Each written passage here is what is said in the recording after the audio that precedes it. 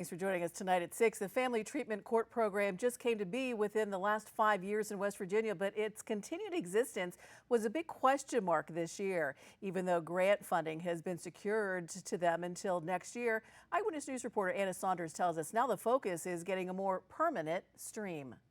For those involved in the Family Treatment Court program in West Virginia, it takes everyone to get to these moments.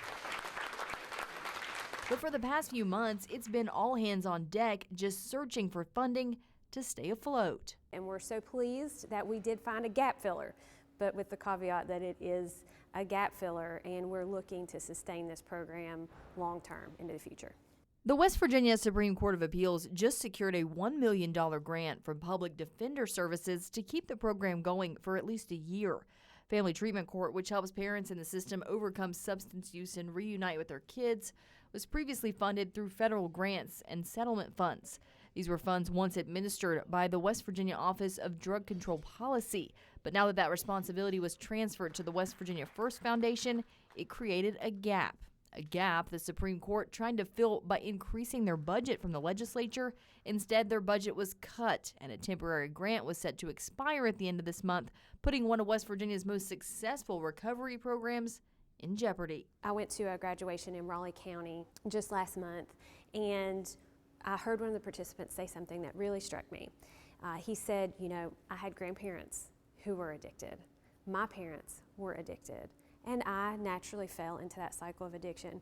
And he looked at us and he said, that stops with me because of Family Treatment Court. Someone who has seen these success stories most recently is new Supreme Court Justice Tom Ewing.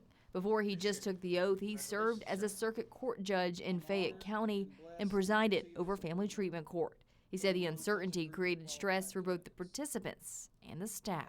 To be honest with you, at some point I gave them both permission to do what was best for them, to look for a job. But they were so passionate about the program and wanted to stay, they were willing to ride it out to the end of September to figure out whether Family Treatment Court was going to remain a viable program in the state of West Virginia. Since its inception in 2019, the courts operating in 18 counties have served 680 parents and 954 children. So far, 309 have graduated, with 437 children reunited. It starts with parents who are struggling with substance use disorder, have been arrested, and are in an improvement period after their case has been adjudicated. They work with round-the-clock care and help with recovery, housing, and parenting.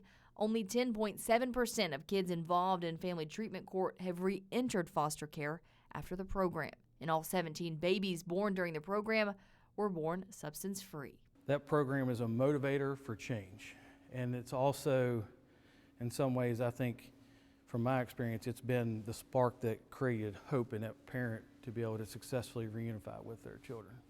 Dave Taylor, an outreach coordinator for Wise Path Recovery Center, once worked in Ewing's courtroom helping with diversion in Fayette County. He attributes the success to being the right mix of resources and accountability, going before a judge, your peers, and your mentors weekly.